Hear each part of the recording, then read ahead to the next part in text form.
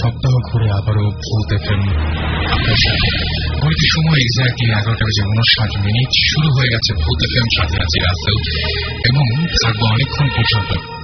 আর আপনাদের প্রচুর SMS পেয়েছি আপনাদের অসংখ্য ইমেল বাংলাদেশের বিভিন্ন প্রান্ত থেকে SMS পাচ্ছি আপনাদের বাংলাদেশের বিভিন্ন প্রান্ত থেকে, সেজন্য আপনাদেরকে অসংখ্য অসংখ্য অসংখ্য ধন্যবাদ। আর যারা এখন ইমেল বা SMS করতে চান তাদেরকে জানিয়ে দিচ্ছি যে আমাদের SMS করার নিয়মটি হচ্ছে মোবাইলের মেসেজ অপশনে গিয়ে আপনাকে টাইপ করে ফেলতে হবে SHOUT শাউট স্পেস আপনার নাম স্পেস আপনার মেসেজ আর পাঠিয়ে দিতে হবে 9840 নম্বরে। আর আমাদের গেস্টের কাছে আমরা চাই এবং প্রথমেই যে গেস্টটি রয়েছেন তার নাম দেখে শুনি আমরা। Hello listeners, I'm Raymond. Professionally, I'm a DJ and student Canterbury College পড়ছি। So আপনার সেম ফ্যামিলি থেকে না, রাইট? আমি আর কাজিন। ওকে, তো আপনার কাজিন। ওকে, তো আপনাদের যে ঘটনাগুলো আছে সেই ঘটনাগুলো আমরা জানতে চাই একে একে। ফার্স্ট অফ অল যে ঘটনাটা জানবো যেটা আপনি এইখানে আসলেন কিভাবে, সেই জার্নিটা একটু বলুন। ওকে, আমি অ্যাসিওর করছি বোথ টিম আমাদের একটু কথা বলছে আমার সাথে যে তারা ওয়ে, সো তারা একটু টাইম নেবে, এর মাঝখানে আমরা কিন্তু এই ঘটনাগুলো জানবো। সো ডিজে যেমন ওকে, ফার্স্ট অফ অল আমার বাসার লোকেশনটা বলি। আমার বাসার লোকেশনটা হচ্ছে, আমার বাসাটা মানে খুব নির্জন একটা এলাকায়। আমার বাসার পাশে হচ্ছে একটা কবরস্থান এন্ড সামনে দেখলে পাহাড় এন্ড খোলা একটা মাঠ দেখা যায়। তো কিছুদিন আগে প্রায় 5 মাস আগে আমার পাশের ফ্ল্যাটে একটা মেয়ে সুইসাইডে অ্যাটেম্প করে, ওর মনে প্রবলেম হচ্ছিল। তো ও বাধ্য হয়ে সুইসাইড করে, বাট ডাক্তার মানে ওকে কোনো জামালা ছাড়া দফন করা হয়। আচ্ছা, তো ও মারা যাওয়ার কিছুদিন পরে মানে ওর ফ্যামিলি ওই ফ্ল্যাটটা থেকে শিফট করে ওখানে চলে যায়। আমরা তাদেরকে মানে কেয়ার করিনি যে কোথায় যাচ্ছে, জিজ্ঞাসা করিনি। তারপর দেখা যায় ওই কিছুদিন পরে আমি একদিন রাতের বেলা বসে বসে টিভি দেখছিলাম। তো হঠাৎ করে আমার যে বেলকনি আছে তার দরজার মধ্যে, তো এটা থাইক আছে, তো দরজার মধ্যে মনে হচ্ছে কি কন্টিনিউসলি নক করছে অ্যাবাউট 10 or 15 সেকেন্ড ধরে। আমার মনে হলো যে সেটা মেবি বাতাসে বা কোনো কারণে এটা নড়ছে, এটা এরকম সাউন্ড করছে। তো আমি এটা কেয়ার করে নাই, এটা স্কিপ করলাম। তো নেক্সট ডে মানে কন্টিনিউসলি 3-4 দিন একই ঘটনা ঘটতে লাগলো। তো এর মধ্যে একদিন হঠাৎ করে 3-4 দিন পর আমি নকটা কন্টিনিউ হচ্ছিল। তো আমি ভাবলাম যেটা কখনোই বাতাসের কারণ হতে পারে না, কারণ সে একই টাইমে বাতাস কখন একই টাইমে একই জিনিস ধাক্কা দিতে পারে না, পুশ করতে পারে না। তো আমি চেক করার জন্য বাইরে গেলাম যে এটা কি হচ্ছে। বাট তখন আমি যখন নকটা হচ্ছিল তখন যখন বাইরে গেলাম দেখলাম কেউ নাই সেখানে, মানে কেউ নাই, মানে জাস্ট অটোমেটিকলি নকটা হচ্ছে কোনো রিজন ছাড়া। তো ব্যাপারটা ধীরে ধীরে মানে একটু ক্রিটিক্যালের দিকে চলে যেতে লাগলো। তো একদিন মানে রাতের বেলা আমার তখন এক্সাম ছিল, আমি প্রায় তখন 2টা বাজে আমি পড়ছিলাম। তো মানে আমার বাসার সবাই ডিনার করে ঘুমিয়ে গিয়েছিল, আমি একা হয়ে গেছিলাম, আমার রুমে বসে পড়ছিলাম। তো হঠাৎ করে প্রায় আমি দেখি যে আমার আম্মুর রুমের লাইটটা জ্বলে উঠলো আর কি। তারপরে কোনো যে আম্মুর ডোর খুলে বের হয়ে আসে, আসার পরে মানে কিচেনে গেল, কিচেনে যাওয়ার পর তারপরে দেখলাম যে ডাইনিং স্পেসে এসে ফুল স্পিডে সেন্টার ছেড়ে মানে দাঁড়িয়ে আছে, মানে আমার রুম থেকে দেখা যাচ্ছিল আমার পিছনের দিকটা। তো আমি মানে শুনতে পেলাম যে আমার চেয়ারটা আনলো, চেয়ারটা দিনে বসলো, কোনো কিছু একটা মনে হচ্ছিল যে টেবিলের উপর থাক থাক থাক থাক করে একটা শব্দ হচ্ছে। তো আমি মনে যে আম্মু এত রাতে কি করছে দেখা উচিত। তারপর আমি দেখলাম যে আম্মু হাতে একটা নাইফ। তো আর আম্মু সে টেবিলের উপর কন্টিনিউসলি এটাকে টেবিলের মারছে। তো আমি আমাকে বললাম যে এত রাতে তুমি এখানে কি করছো আর হাতে ছুরি নিয়ে কেন? তো আমি বললো যে আমি সুইসাইড করবো। তো আমি তো পুরোপুরি শক। আমি কখনো এরকম করতে পারি না। আর মানে আমরা একটা খুবই হেল্প একটা ফ্যামিলি, তো আমরা কখনই করার প্রশ্ন আসে না। তো আমি আমাকে বললাম কি, তারপর আমার হ্যাঁ আমি সুইসাইড করবো, বাট আমার ভয়েসটা পুরোপুরি চেঞ্জ ছিল। ভয়েসটা ঠিক যেরকম আপনার আম্মু কখনো সেরকম না। তারপর আমি মনে হচ্ছে পুরো ডিফারেন্ট বলাতে আমি কথা বলছে।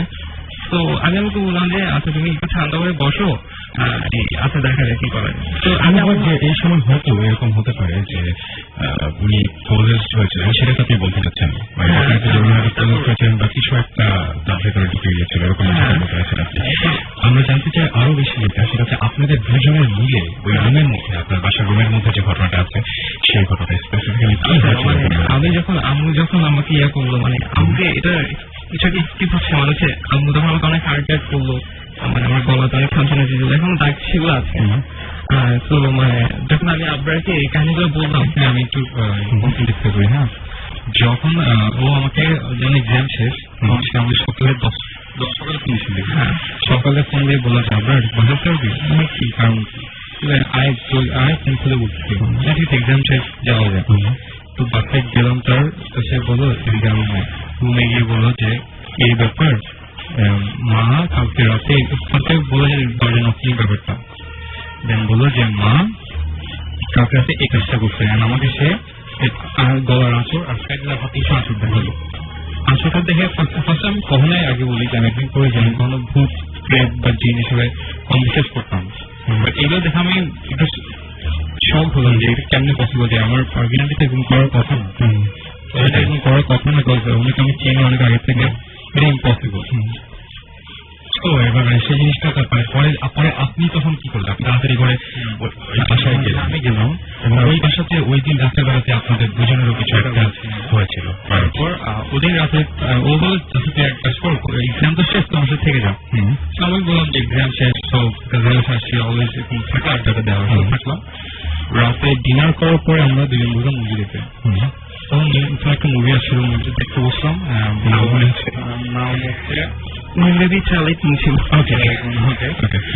মুভি দেখছিলাম, মুভি মাঝখানে আমি ওকে বললাম যে যেমন তুমি পজ করো, আমি জাস্ট ওয়াশরুমে যাবেন উইদিন 2 minutes আমি ব্যাক। তারপর বললাম যে একটু পজ করো, সে মুভিটা পজ করলো, আমি ওয়াশরুমে গেলাম। ওয়াশরুমে ফ্রেশ হয়ে যখন বের হলাম তখন আমি আমার লাইফের কি বলবো, আমি বলছি ফার্স্ট একটা খুবই স্যাড মোমেন্ট দেখলাম যে ও বসেছিল সোফায়, আমি সোফায় বসে মুভি দেখছিলাম। সোফায় বসে, সোফার পিছনে ছিল বেড আর ও বেড ছিল স্প্রিং। আচ্ছা, কেউ যদি বসে তাহলে ওখানে একটা দেবে যায়, মানে স্প্রিংয়ের কোনো কিছু দেবে যায়, রাইট। তো আমি চাপ দিলে ওই শেপটা তৈরি হয় সোফার যেটা, সোফার পিছনে ঢুকে। আমি পেরে দিয়ে চোখ পেয়ে আমি পুরো শখ যে একজন মানুষ যদি বালিশে হাত দিয়ে বাতাস সাথে শেপ তৈরি হয় না, পুরো শেপটা তৈরি। আপনাকে দেখেছিলেন? হ্যাঁ, মানে আপনার যখন ওয়াশরুম থেকে বের হলো তখন তো ওয়াশরুম দরজার সামনে, মানে ঘটনাটা ও কন্টিনিউ করতে পারবে আপনার কাছ থেকে। আচ্ছা, ওকে ফাইন। আমি দাঁড়িয়েছিলাম, আমি যে একটা কথা উচ্চারণ করার সাহস আমার উচ্ছিল না। আমার এই অবস্থা দেখে এখন দেখে মনে হচ্ছে, এখনো মনে হচ্ছে বেশ ওই ঘটনাটা মনে পড়ে আছে চোখের সামনে আসলো যে বল কি সেকেন্ড পার। এরপর সে আমাকে দিয়ে তাকে যেগুলো আমার চোখ দেখে বেড়ে দিকে সেও বেড়ে থাকলো, সেও সেই ব্যাপারটা দিল। দেখার পরে সে আমার হাতটা করে পিছনে নিয়ে দৌড়াই গেলাম আমরা পার্লামেন্টের রুমে। রুমে আনতে জলদি ডেকে এনে সবাইকে, তারপর তোর ভাই ছিল, ভাইকে ডেকে এনে রুমে আসলাম। রুমে এসে দেখলাম যে কেউ তো নেই, আমাদের যে মুভি স্টার্ট ছিল দেখতেছিলাম আমরা মুভি কন্টিনিউ করে, ওইটা টোটালি সুইচ অফ, টিভিটা অফ হয়ে গেছিল। টিভিটা অফ হয়ে গেছিল। ওকে, এরপর বাট আমি বলি টিভিটা অফ করার কোনো রিজনই নাই, কারণ সে আমার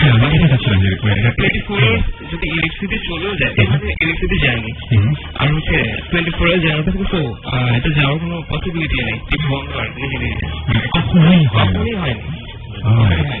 এবং টিভির সাথে কি আপনাকে ডিভিডি প্লেয়ারে দেখছিলেন নাকি? ডিভিডি প্লেয়ারে দেখছিলাম, দুটোই বন্ধ হয়ে গেছে। ওকে, তো এটা খুবই খুবই অদ্ভুত টাইপের একটা ব্যাপার। এবং এসে আপনার কি দেখলেন বিছানাটা যেরকম ভাবে কেউ বসে থাকলে যেরকম হয় সেই ব্যবস্থা কি যখন সবাই মিলে আসলেন তখন ছিল? আপনি দেখেছিলেন দেখার পরে ওকে ও যখন দেখলো টেলিভিশন দুজনে দেখলাম, যখন সবাই এসে দেখলাম যে ওর তো ব্যাপারটা তো নাই, টিভি সুইচ অফ। আচ্ছা, বুঝতে পেরেছি। আমার যেটা মনে হয় যে আমি জানি না যে লিমন কি দেখেছিলেন, লিমনকে সেম জিনিস ও যেটা বলেছিল আপনি দেখতে পেয়েছিলেন। আচ্ছা, কি দেখতে পেয়েছিল সেটাকে আপনাকে বলেছিল নাকি আপনি আমাকে বলেনি? বাসার সামনে দাঁড়িয়ে ছিল, তো মানে ও কিছু বলতে পারছি না, পুরো সার্ফেস মনে হচ্ছে শক হয়েছে। তো আমি যখন আমি বললাম কি ব্যাপার, তুই কি প্রবলেম করছিস আমার সাথে, তো আমি ওর কাছে আসলাম। ও মানে কিছু বলতে পারতেছিল না, আই ভিউটা আমি ওর দেখলাম যে বেড, আমি ভাবছিলাম যে দরজাতে প্রবলেমটা হয় সেখানে মেবি ও কিছু একটা দেখছে। আমি দরজা দিয়ে তাকালাম, বাট সেখানে কোনো কিছু ছিল না। মানে যখন ওর চোখটা যখন দেখলাম আমার বেডের দিকে, তো তখন আমি বুঝতে পারলাম যে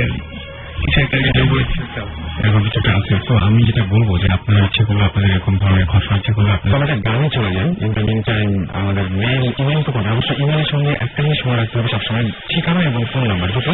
আর ঢাকার বাইরে যাওয়া যায় তারপরে ইচ্ছা করলে সাউন্ড ফাইল আমাদেরকে যেভাবে এখন পাঠাচ্ছেন আপনারা, এখন খুবই মানে কি বলবো সেই যুগ চলে এসছে, আমরা এখন সাউন্ড ফাইল পাঠিয়ে দিতে পারি ইমেলে।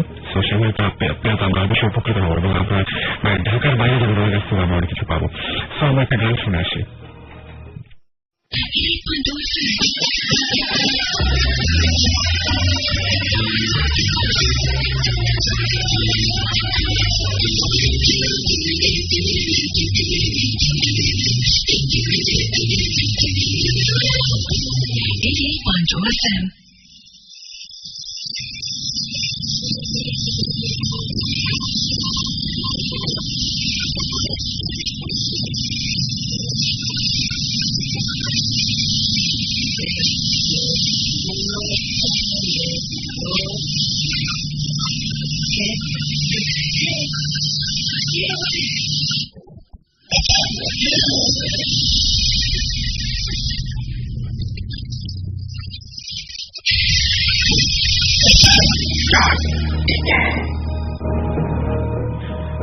শুনছেন সবসময় রেডিও ফুসেশন হয়েছে রাসেল, চলছে ভূত এফএম।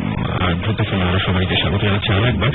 এবং আজকে সুন্দর একটা দিন এবং গত 2 দিনের বৃষ্টির কারণে যদিও আমাদের ক্রিকেট ম্যাচটা পরিত্যক্ত হয়েছে আজকে সেই বৃষ্টির কারণে, বাট শীত কিন্তু পড়ে গেছে। তো আমার মনে হয় যে শীতের দিনে এই ধরনের ঘটনা শুনতে আরো বেশি মজা। অ্যান্ড অনেকে আমাকে বলছেন যে অনেক ভয় লাগছে, তারপরে শুনছেন আমাকে জমরাজ এসএমএস করেছেন, welcome to my show Yamraj.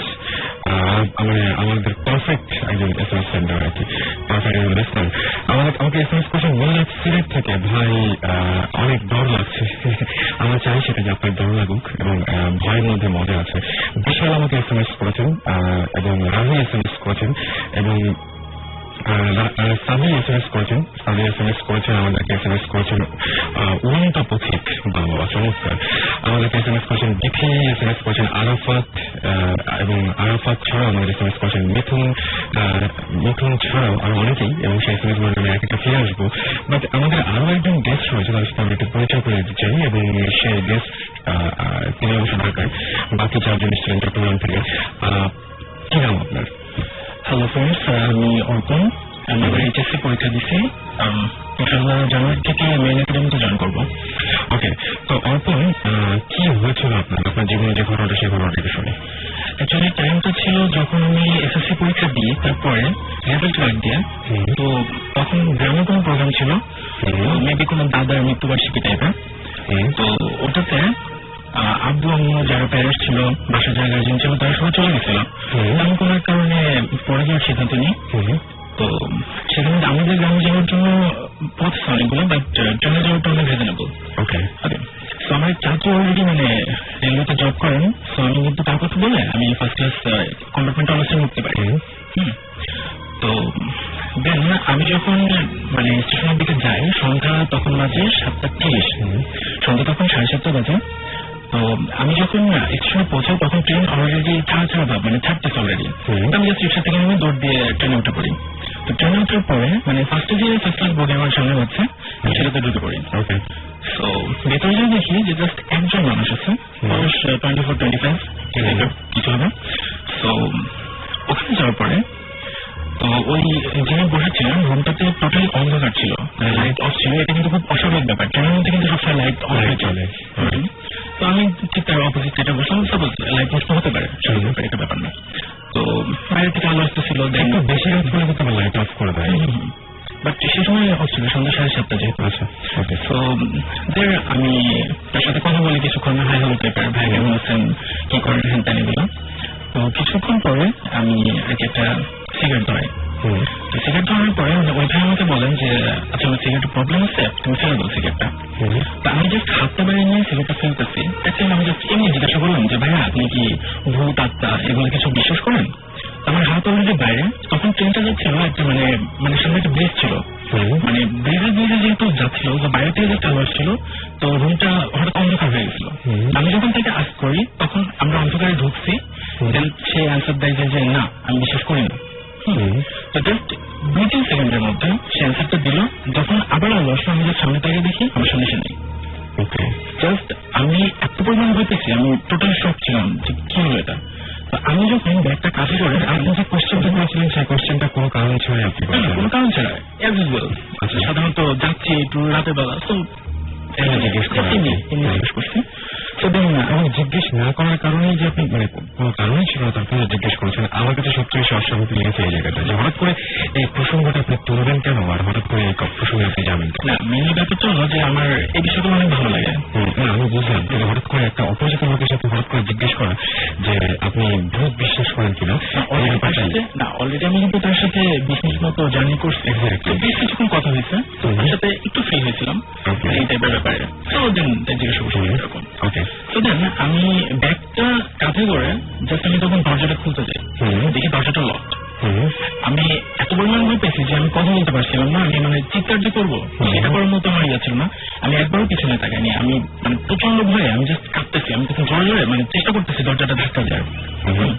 আমি কিছুক্ষণ ধাক্কি করলাম, ধাক্কি অনেকক্ষণ, প্রায় 5-6 মিনিট আমার লাগে, মেবি লংগেস্ট টাইম এটা যে আমি আমার কাছে মনে হয়েছে। তো দেন কিছুক্ষণ পরে মানে প্রায় 7 মিনিট পরে মানে মানে তিনি এসে দরজাটা খুললেন, খোলার পর দেখে আমি টোটালি ঘেমে মুখ লাল হয়ে আমি টোটালি অন্যরকম অবস্থা আমার। সে আমাকে নিজে কোনো বসাই, যে বসানোর পরে দিন তার সাথে কথা হয়তো বলতেছে আপনি ওরকম ঢুকলেন কি করে, সে আমার বলতেছে যে আপনি ওরকম ঢুকলেন কি করে। আমি বললাম যে দরজা খোলা ছিল, ঢুকে বসছি। দেন আমার চাচা বললাম যে আমি ওনার বাচ্চা। তো দেন বলতেছে যে ঠিক আছে, বাট ওই রুমটা তো লাস্ট 1 উইক ধরে ওটা তালা মারা ছিল এবং আমি সেটা তালা মারছিলাম, আর ওইটাতে একটা লাশ নিয়ে যাওয়া হয়েছিল। তারপর রুমটা মানে রুমটা অলরেডি মানে কিছু সমস্যা ছিল যার কারণে রুমটা লক করা, তো রুমটাতে একটা লাশ নিয়ে যাওয়া হয়েছিল ট্রেনের ক্ষেত্রে স্থানে দেওয়ার জন্য।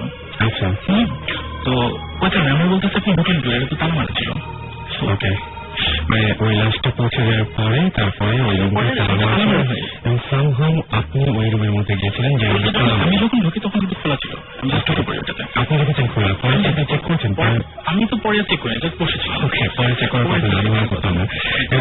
তো ব্যাপারটা হচ্ছে যে ওই রুমের মধ্যে ঢুকতেন যখন উনি বলেন যে একটা লোক, মানে সেই লোকটা পরে জিজ্ঞেস করেন যে এই লোকটা দেখতে এরকম কিনা বা এরকম কোন লোক। আমি বলছিলাম যে আমি দেখছি এরকম একটা মানে এরকম এজের একটা যে 24-25। তো উনি যখন বলে যে হ্যাঁ যে ট্রেনে কাটা গেছে তার বয়সটা ওরকম। তো আপনি তাকে দেখেছিলেন? অলরাইট, ব্যাপারটা খুবই ভয়ঙ্কর এবং যখন আপনি নিজে এক্সপিরিয়েন্স করেছেন তখন আপনি বুঝতে পারছেন, স্টিল আপনি কাঁপছেন, বুঝতে পারছি সেটা, এবং আমি সেটা বুঝতেই পারছি। বাট আপনার একটা কথা বলবো, সেটা হচ্ছে আমি আপনার শ্বাসের শব্দ শুনতে পাচ্ছি। সিগারেট খুবই ক্ষতিকর স্বাস্থ্যের জন্য, সিগারেট খাওয়াটা লিভ করতে হবে আপনাকে এবং পুরোপুরি ছেড়ে দিতে হবে। ওকে ওকে, তো আপনি সবার সামনে প্রমিস করলেন, right? Okay, thank you so much. যাই হোক, আমাদেরকে এছাড়া SMS করেছেন, আমাদেরকে SMS করেছেন ইমু এবং বলছেন ভাই আপনি ফার্স্ট টাইম যে সংটা ওই সংটা সবাই জানতেছেন। সালমান লিখেছেন, সালমান খান, অলরাইট, সালমান খান ফ্রম গুলশান। সালমান খান বলেছেন যে আমি কেমন আছি, সবসময় ভালো থাকি, সবসময় ভালো দিলে, এবং তিনি বলেছেন যে ভূত FM ভালো লাগে, বাট এই ভূত এফএম শোনার পর থেকে তার যেটা হচ্ছে যে অনেক ব্যাড ড্রিম দেখছেন। আমার যেটা মনে হয় যে ভূত এফএম শোনার পর ব্যাড ড্রিম দেখার কোনো কারণ নেই, আর একটু সাহস সঞ্চার করুন এবং যেগুলো শুনবেন সেগুলো তখনই ভুলে যান, মানে এটা মাথায় রাখার কোনো দরকার নেই, তাহলে দেখবেন যে ঠিক হয়ে গেছে সবকিছু। আচ্ছা, আমাকে কেউ একজন আছে সজল লিখেছে যে how are you, I am fine thank you, and তিনি লিখেছেন যে তার একটা স্টোরি আছে। ওকে, ট্রাই করবো কল করার।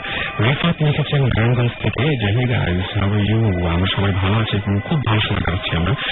তিনি লিখেছেন যে আমাদের শোটা তুমি অনেক পছন্দ করেন, একই কথা বলছেন Nazia, thank you so much. এবং আপনারা এখন SMS পাঠাননি বা SMS পাঠানোর কথা চিন্তা ভাবনা করছেন তাদেরকে বলি সাউথ লিখে স্পেস দিয়ে আপনার নাম লিখে স্পেস দিয়ে আপনার মেসেজ লিখে পাঠিয়ে দিন 9840 নাম্বারে। আমরা আবারও লিমনের কাছ থেকে একটা ঘটনা শুনবো। লিমন একটা ঘটনা ছিল, সে ঘটনা আমরা শুনতে চাই। আর ইন দ্য মিন টাইম আমরা বলি আমাদের SMS করেছেন মুন্না, SMS করেছেন কাঠমান্ডু। আচ্ছা, আমরা একটা মজার ব্যাপার যে আমি বিভিন্ন জায়গা থেকে ইন্টারনেটের মাধ্যমে আপনারা আমাদের শোটা শুনতে পারেন, সেটা হচ্ছে www.radiofurti.fm, এবং আমাদেরকে কিন্তু বিভিন্ন জায়গা থেকে অনেকেই ইমেইল করছেন এবং অনেকে ইমেইল করে আমাদেরকে শুভেচ্ছা জানাচ্ছেন। থ্যাংক ইউ যারা এত কষ্ট করে এত থেকে শুনছেন। সো যেমন মানে ঘটনাটা হচ্ছে এরকম, মানে ঘটনাটা আব্বু আমাকে বলছে আর কি, খুবই রিসেন্টলি ঘটনা, এটা প্রায় 10-12 দিন হচ্ছে। আব্বু রিসেন্টলি হসপিটাল আসছে, তো মানে হসপিটাল আগে আব্বু এখন মদিনাতে গিয়েছিল।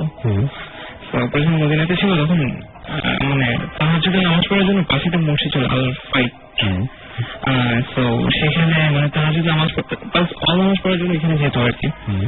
তো একদিন মানে আব্বু 3:30 থেকে উঠে মানে নামাজ পড়ার জন্য ওই মসজিদটাতে গেল। যার পরে মসজিদের মানে লোকজন কম ছিল অনেকদিন থেকে, আর তাহাজ্জুদে নামাজ যেত মানে একটু কম লোকে আসে পড়ার জন্য। তো আপনি যখন ওখানে গেল মানে তখন সেখানে হাতে গোনা 3-4 জন ছিল, খুব বেশি জন ছিল না, কারণ এটা লোকাল একটা মসজিদ ছিল সেখানে মদিনার। যখন ওজু করছে তখন ইন দ্য মিন টাইম মানে আমার পাশে একটু দূরে একটা লোককে দেখলো, সে উজু করতে আসছে। মানে আব্বু যখন উজু করা শেষ, আব্বু যখন যাবে বের হবে ওইখানে থেকে, তখন মানে আব্বু ওই লোককে খেয়াল করলো, মানে একটু অড মনে হচ্ছিল আর কি, সামথিং ডিফারেন্ট। সো মানে জেনারেলি আমরা জানি যে উজু করার সময় যদি ফুল কোন স্লিপের কোনো জামা পরে থাকে তাহলে সেটা টেনে উপরে দিয়ে তুলতে হয় হাতটা উজু করার জন্য, হাতে পায়ে লাগানোর জন্য। বাট যে লোকটা এখানে ছিল ওর মানে হাতটা জাস্ট নিচে থেকে বেড়ে যাচ্ছিল, কন্টিনিউ ছিল, মানে হচ্ছে হাতটাও লোকটা না তুলে মানে পাঞ্জাবিটা না গুটিয়ে হাতটা পাঞ্জাবির থেকে বেরিয়ে আসে। হ্যাঁ সেটাই। ওকে, তো মানে যখন উজু করা শেষ হলো তখন আবার অটোমেটিক্যালি সেম পজিশনে চলে আসলো। এটা উজু করার আগে পাঞ্জাবিটা তুলতে পারো, বরং হাতটাই বেরিয়ে আসলো, এবং তারপরে যখন দেখা গেল যে মানে উজু করা শেষ হলো তখন আমার হাতটা অলরাইট। ওকে, তো দেন আব্বু কি করলো, মানে ভাবলো যে এটা মেবি ভালো কিছু একটা হবে, কারণ উজু করতে আমরা আসছো না, নামাজ পড়তে আসছে উজু করার জন্য। তো আব্বু কিছু বলে নাই। আব্বু কি বললো পরের দিন মানে আব্বুর মদিনাতে থাকে একটা লোকাল ফ্রেন্ডকে বললো যে আমি গতকাল রাতে তার জন্য নামাজ পড়তে গিয়েছিলাম, তো সেইখানে মানে এই ঘটনাটা হলো, দেখলাম এটা হয়েছে, মানে আমার পাশে উজু করছিল এরকম ঘটনা, এই ঘটনাটা শেয়ার করলো আর কি। তো তখন ওই আব্বুর আঙ্কেলটা বললো যে তুমি কি এটা এই মসজিদে দেখছো? আচ্ছা, উনি আগে থেকে বলছেন যে অমুক মসজিদে তুমি দেখেছো? আব্বু বলে যে হ্যাঁ, হ্যাঁ সেখানে এটা মাঝে মাঝে দেখা যায়, প্রায় অনেক যদি দেখে বলে, বাট ওরা কোনো মানুষের কোনো ক্ষতি করে না। আচ্ছা, কিন্তু আঙ্কেলের নিশ্চয় তারপরে ওখান থেকে ফিরে এসছেন এবং কোনো প্রবলেম হয়নি। ওকে, ফাইন। সো দারুণ সব ঘটনা জানলাম আপনাদের কাছ থেকে, এবং আরো একবার চিটাগাং থেকে এত কষ্ট করে ঢাকায় আজকে শোতে বেশ কিছু চমক আছে, যেমন চিটাগাং থেকে আমাদের গেস্ট হয়েছে, এবং আমরা একটা ফাইল শোনাবো, সেই ফাইলটা রোড শো আপনাদেরকে জানাবো। And thank you Limon, thank you Abrar, এবং অসংখ্য ধন্যবাদ। মানে আপনাদেরকে পেয়ে অনেক বিষয় করে ভালো লাগছে, এবং আমি আজকে এই মুহূর্তে আরো একটা ছোট্ট ব্রেক নেব, এবং এই ব্রেকে যে গানটা আমি শোনাবো সেই গানটা ডেডিকেট করছি আপনার নানুকে। অ্যান্ড থ্যাংক ইউ এবং সবসময় ভালো থাকবেন, সুস্থ থাকবেন, সদাবেশে কাছে করবো। সবাই দোয়া করবেন আমাদের পরিবারের জন্য, রাইট, আমার জন্য দোয়া করবেন, আমাদের সবার জন্য দোয়া করবেন। রাইট, অ্যান্ড যেটা বলবো সেটা হচ্ছে লিমন এবং আবরার চলে যাচ্ছেন, কিন্তু আমরা আছি আপনার সাথে এবং আরো গেস্ট রয়েছেন, মানে আরো একজন গেস্ট আমার সাথে রয়েছেন যার কথা আমরা শুনছি আর এখন শুনাইনি, সেগুলো আমরা শুনবো এবং আরো কিছু ঘটনা নিয়ে আপনার কাছে ফিরে আসছি একটু পরে। আপাতত এই বিজয়ের মাসে এবং যেহেতু বীরশ্রেষ্ঠ রুহুল আমিন তার যাকে তিনি নানা বলে রাখেন সে আবরার এখানে উপস্থিত আছেন এবং সেই বীরশ্রেষ্ঠ রুহুল আমিনকে ডেডিকেট করে আরব বাচ্চু বাংলাদেশ কিন্তু প্লে করছি। So stay tuned two radio food ফিরে আসছি একটু পরে and send me message into SH or you can shout space upon naam space upon message পাঠিয়ে 9840 নাম্বারে ফিরে আসছি রাইট আফটার দিস সং।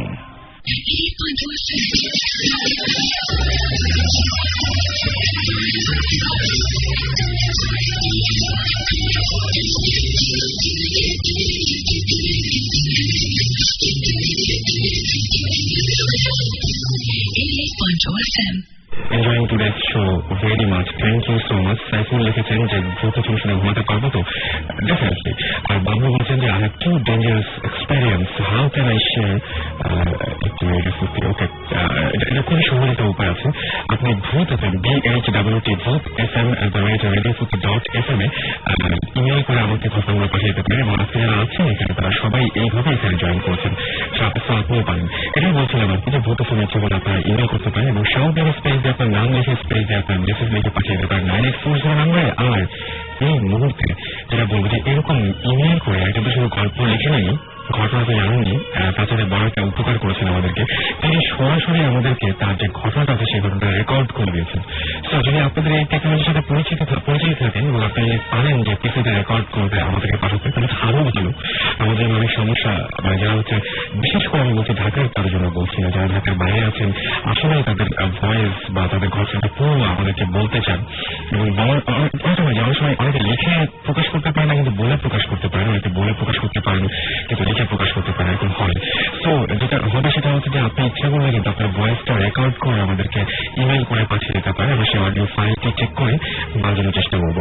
যেমন আজকে আমরা এই মুহূর্তে একটা অডিও ফাইল আপনার জন্য রেখে দিচ্ছি এবং মাঝখানে আমি হুম হা করবো যাতে আপনার মাঝখানে একেবারে বোরিং না লাগে বা মনে হয় একদম শুধুমাত্র একজন কথা বলছে সেজন্য, বা এটা একটা রেকর্ডেড ভয়েস, আপনারা শুনে বুঝতে পারবেন। চলুন শুনি।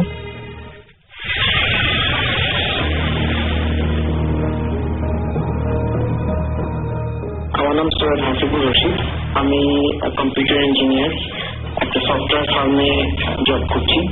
তো ভূত FM আমার খুব প্রিয়, আর আমি এখানে একটা আমার নিজের ঘটনা পাঠাতে চাচ্ছিলাম অনেকদিন ধরে। যাই হোক, ঘটনাটা হচ্ছে 2008 জুন মাসের ঘটনা। এটা আমি প্রথমবার এসে যাই দার্জিলিং শহরে।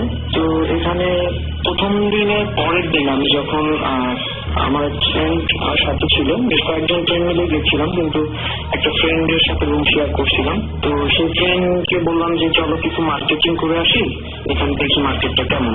ও যেতে কোনোভাবে রাজি হলো না, শেষ পর্যন্ত আমি গেলাম। এটা ছিল বেশ খানিকটা দূরে, দার্জিলিং শহরেই। তো আমি যখন গেলাম, ওটা ছিল, ওই মার্কেটটার নাম ছিল হচ্ছে বিগ বাজার, বেশ নাম করা এবং খুব বড়সড় মাল্টি সুপার শপ আর কি, ওর মধ্যে অনেকগুলো আছে। তো যাই হোক, আমি ওখানে বাজার ওখান থেকে আমি বিভিন্ন রকম মার্কেটিং করে যখন ফিরছিলাম, হাঁটতে হাঁটতে আসতেছি। ওখানে তো এমনিতে কোনো রিক্সা চলে না, আর যাওয়া চলে তার মধ্যে হচ্ছে যে জিপ গাড়িগুলো, কিন্তু ছোট ডিস্টেন্সে ওরা যেতেও চায় না, ইভেন টেম্পু বা অন্যান্য কোনো যানবাহন নাই, ম্যাক্সিমাম লোকজনই হেঁটে চলাফেরা করে ওই শহরটাতে। তো আমি ফিরছিলাম যখন, বেশ কিছু জিনিস কিনে নিয়ে, তো বেশ আলো আধার মতো আর কি, রোডেও কিছু কিছু জায়গায় আলো আছে, কিছু জায়গায় নাই। যখন হাঁটতে হাঁটতে কিছু দূর গিয়ে আমি দেখতে পেলাম যে আমার পিছনে যারা লোক, কিছু কিছু লোক আমার ক্রস করে একটা জায়গায় যে কেমন যেন দৌড় দিচ্ছে। হ্যাঁ, আমার পিছন থেকে দুজন লোক গেল, কিন্তু একসাথে না, পরপর যাচ্ছে আর কি কিছু দূর গিয়ে। আমার হাঁটার গতিটা ছিল খুব ধীর, এই জন্য আসলে আমি অতটা গুরুত্ব দিই নাই, মনে করছি যে এরা মনে হয় কোনো যোগ জরুরি ব্যাপার, এই জন্য বোধহয় দৌড় দিচ্ছে। এই মানে যেখান থেকে দৌড়টা শুরু করতেছে ওই দিকটা খুবই ডার্ক, মানে কিছু দেখা যাচ্ছে না ঠিক মতো দূর থেকে। তো আমি যেহেতু আমার হাতে দুই হাতে অনেক জিনিসপত্র, আমি মানে খুব ধীরে সুস্থে যাচ্ছি আর কি। আরো কিছু জায়গাতে গিয়ে দেখি যে আরেকটা লোকও গেল, 3টা লোক মানে আমাকে ক্রস করলো আর কি, কিন্তু ওই জায়গাটা সবাই দৌড় দিচ্ছে। এরপরে কিছুক্ষণ পরে দেখি যে আমার পিছনে থেকে একটা মেয়ে আসছিল, আসার পাশেও ওই জায়গাটা যেই ততক্ষণে আমি ওই জায়গাটা প্রায় কাছাকাছি, ওই জায়গাটা যে মেয়েটাও দৌড় দিল। আমার মানে আমিও ভাবতেছিলাম যে এখানে কি ব্যাপার, আসলে এখানটা কি দ্রুত পার হওয়ার কোনো মানে ব্যাপার আছে কিনা। তো আমিও মানে সিদ্ধান্তহীনতায় ঢুকতেছি। তারপর জায়গাটা নতুন, আমি খুব বেশি চিনি না, আমি ভাবছি যে আমি দৌড় দিব কিনা, হ্যাঁ কিন্তু এত জিনিসপত্র নিয়ে সম্ভব না, তাই আস্তে আস্তে হেঁটে যাচ্ছিলাম।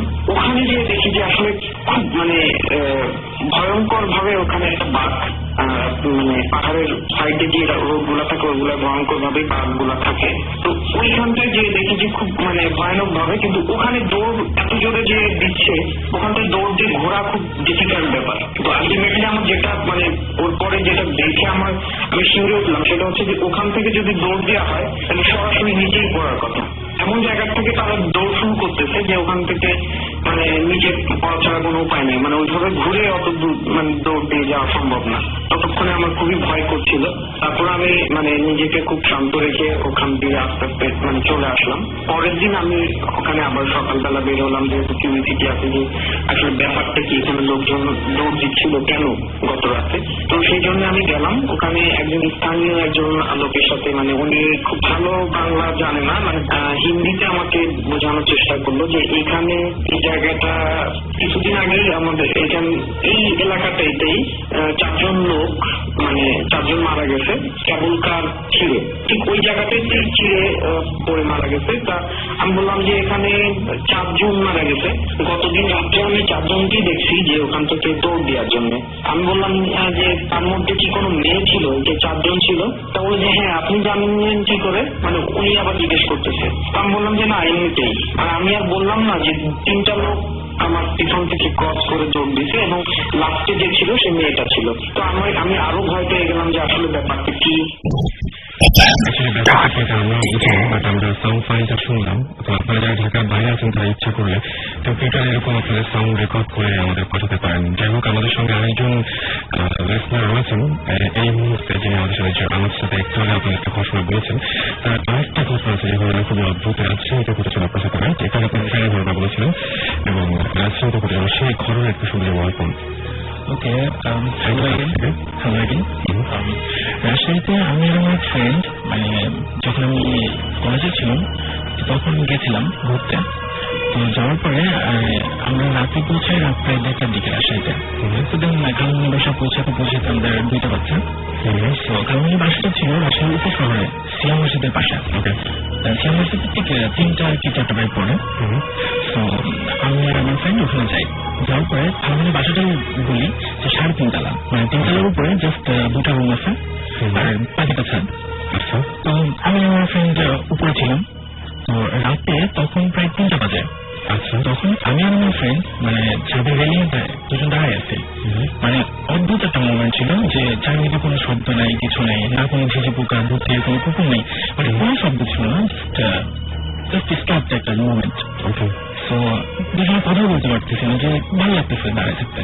তো আমরা হঠাৎ করে মানে দূর থেকে একটা সাউন্ড পাই, যেমন একটা বেজ, দূর থেকে যদি বেজ গিটারটা যদি বাজায় এক ধরনের যে বিট আসে, সেই ধরনের টাইপের একটা যে ব্যাপারটা খুব আস্তে, ঠিক আছে? আমিও শুনি, ও শুনে, আমি ওর দিকে তাকাই, আমার দিকে তাকাই যে কি হচ্ছে এটা।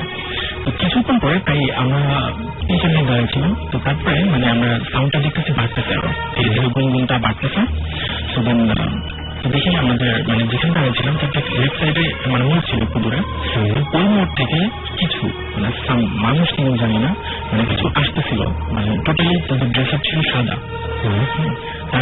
মানে হাইট তাদের মিনিমাম 7 ফিট করে। ওকে, আর তাদের বডি ফিগার সেরকম মানে একেবারে মানে অনেক চির মানুষ না, দেখে বোঝা যাচ্ছে। তো আমি আর আমার ফ্রেন্ড দুজনে দেখতেছি এরকম, মানে জাস্ট আমাদের এত দুজনে কি একই জিনিস দেখছি, দুজনে একই জিনিস দেখছি। আচ্ছা, ওদের কথা যাচ্ছিল বা কিছু, তারা জাস্ট আমাদের সঙ্গে রাস্তা দিয়ে হেঁটে যাচ্ছিল। আচ্ছা, তো আমরা মানে এই ভাবটা হচ্ছে না যে আমরা বসে পড়বো, যে আমরা চলে যাবো, মানে সাহস হচ্ছে না আমাদের। আমরা যা দেখতেছি যে মিনিমাম তারা 30 শেষের মতো। তো তারা যাচ্ছে, তো সাউন্ডটা কিরকম ছিল যে একসাথে অনেকজন মানুষ যখন জিকির করে, মানে যেরকম শব্দটা আসে, মানে কোনো শব্দ পাওয়া যায় না, বাট একটা মানে আলাদা সাউন্ড আসে, গুনগুন টাইপের, মানে ওই টাইপের একটা সাউন্ড আসছিল। তো ঠিক তারা যখন যাচ্ছিল মানে তাদের মাঝখানে, মানে ঠিক তাদের মানুষগুলোর মাঝখানে আমরা যেরকম মানুষ মারা গেলে কবরস্থানে নিয়ে যাই, তো ঠিক সেরকম একটা বড় একটা খাটিয়া, মানে বড় একটা খাটিয়া ছিল, তার মাঝখানে একটা মানুষ শূন্য ছিল, মানে তাদের মতো। হ্যাঁ, খাটিয়ার উপর তাদের শূন্য ছিল একটা। তো তার মাথাটা আমাদের দিকে ছিল, যেহেতু তাদের আলো ছিল, আমরা কিন্তু দেখতে পাচ্ছি, দেখতেছি আমরা। তো যে শুয়েছিল, তো তার মানে নাক দিয়ে প্লাস মুখ দিয়ে খোলা ছিল, হাঁ করা ছিল, খোলা দিয়ে কেমন যেন একটা মানে কালো টাইপের তরল, মানে একটা বোঝা যাচ্ছে না যে কালারটা কি, বাট কালো তরল, মানে ঘন টাইপের, মানে তরল ওখান থেকে বের হচ্ছে। দেন তারা চলে যাচ্ছে, ঠিক আছে, তার সামনে দিয়ে চলে যাচ্ছে। বাট একটা জিনিস আমাদের তখন খেয়াল ছিল যে মানে আমি খেয়াল করছি ব্যাপারটা, যে মানুষ হাঁটলে কিন্তু এক ধরনের নড়াচড়া করে, মানে এদিকে এদিকে তুই হেলে দুলে হাঁটে, তারা মানে স্ট্রেটলি মানে ফ্লুয়েন্টলি তারা চলে যাচ্ছিল, মানে তাদের কোনো নড়াচড়া নেই, কোনো জার্কিং নেই, তারা চলে যাচ্ছিল। মানুষ হাঁটতে যখন এটা দেখে মনে হচ্ছিল যে একদম ভেসে যাচ্ছে। না মানে তারা যখন গলিটা পার হলো, গলিটা জাস্ট পার হয়ে চলে গেল, যাওয়ার পরে আমার ফ্রেন্ডটা যা ছিল ও হঠাৎ করে আমার দিকে তাকে চিৎকার করে উঠছে, ঠিক আছে, মানে একটা ছোট্ট একটা চিৎকার করে ভোগ করে পড়ে গেছে। ওরা আমার সাথে কোনো কথা বলতে পারছে না, জাস্ট আমার বলছে ধরে যা এটা মানে ছড়ে যেতে বলছে। তো আমি ওর দিকে যখন তাকাইলাম, তাকাই দেখি মানে নতুন একটা বাচ্চা হলে যে ধরনের গায়ে এক ধরনের তরল আঠালো টাইপের জিনিস থাকে, মানে ওরকম ওর গায়ে লেগেছে। তো মানে এমন ঝাঁঝালো টাইপের গন্ধ একটা, মানে মানে টোটাল অন্যরকম অবস্থা, মানে বোধহয় জন্ম হয়ে গেলে আমাদের পুরাতন বোঝাতে পারবো না অ্যাকচুয়ালি বলে। তো ওই টাইপের একটা গন্ধ পাচ্ছি। তো আমি ভালো করে খেয়াল করে দেখি আমার গার্লফ্রেন্ড অবস্থা। আমরা মানে দুজন, আমি কোন রকম সাহস সঞ্চার করে ওর জাস্ট হাত ধরছি, মানে পিছলা, প্রচন্ড পিছলা জিনিসটা, মানে আমি জাস্ট কোন রকম ওর টানতে নিয়ে এসেছি রুমের মধ্যে, সোজা বাথরুমে গেছি, যে কোন রকম ওয়াশ করে জামা কাপড় ওখানে ছিল। তারপরে আমরা জাস্ট শুয়ে পড়ছি। শোয়ার পরে মানে ও কিন্তু সেন্স হারা হয়েছে অলরেডি, সেন্স হারা অবস্থায় ও মানে কাঁথা গায়ে দিয়ে মশারি গায়ে দিচ্ছে, মশারি গায়ে দিয়ে বলছে মামা আমরা বাঁচায়, ঠিক আছে। তো আমি এদিকে আমি ওর কথা শুনছি, আমি প্রচন্ড ব্যাপারছি, আমি জাস্ট মানে কাঁপছিলাম, মানে আমি কাঁথাটা নিয়ে আমি শুয়ে পড়ছি। সকালবেলা উঠে মানে একটু দেরি করে উঠছি, 9-10 দিকে। তো আমি হয়তো আমি বলি যে কালকে রাতে যা দেখছি তোর কেমন লাগছে, হ্যাঁ আমার তো ভালো লাগতেছে, আমি চলে যাবো। তো বলতেছে কালকে রাতে কি দেখছি, আমি কি দেখছি শুনে তোর কিছু মানে কালকে রাতে দেখলাম না কি লেখা যাচ্ছে এরকম। তো বলতে কই না, তো আমার কিছু মনে নেই, আমি আমার মনে হলো জোড়াটা মারি, কেন বলতেছে এরকম, ও কেন বলতেছে, আমি নিজে মনে আছে, আমি নিজে দেখছি এরকম। দেন আমি ওই অবস্থায় মানে টানতে নিয়ে গেছে বাথরুমে, নিজে দেখেছি, দেখে কাপড় চোপড় গুলো তুমি নোংরা করলো কিভাবে আছে। আচ্ছা তোমাদের স্বপ্ন না, আমি মানে জাস্ট ও দেখে ও মানে থামবেন, মানে ও জাস্ট মানে বাথরুমে দেওয়ালের সাথে আটকে গেছে, মানে টোটালি হাজার টাকা গেছে আমার দিকে, কি হচ্ছে আমার কাপড় চোপড় এগুলো লাগলো কি করে, মানে রাতের সেগুলো তুলে ওখানে রেখে দিচ্ছে আমরা। তো তারপরে আমাদের থানামানিরা বললাম যে এরকম ব্যাপার, মানে আমরা এরকম দেখছি, এরকম খারাপ কিছু হয়েছে। তো বলেছে দেখো এলাকাটা একটু ভালো না। ওকে, আমরা বলেছিলাম আমার একটা ব্যাপার, সেটা হচ্ছে আজকে সারপ্রাইজ বলছে, সেটা হচ্ছে যে অনেকদিন পরে আপনাদের প্রশ্নের উত্তর দিতে পারছি যে সুমন ভাই কবে জয়েন করবো, সুমন ভাই কবে জয়েন করবো। সুমন ভাই অলরেডি আমাদের সঙ্গে আছেন। সুমন ভাই আপনার জন্য সবাই যে অধীর আগ্রহে অপেক্ষা করছে, এবং একটা জিনিস আমার খুব ভালো গেছে, যেটা ব্যাপারটা খুব ফানি হবে, সেটা হচ্ছে যে আপনি শো প্রথম এসেছিলেন, সেরকম চলে গেছে, মনটা খারাপ করছিল, ভূত বলে বেঁচে গেলাম, মানে এরকম একটা ব্যাপারে ভালো লাগলো ভূত আছে বলে। তো সুমন ভাই কিছু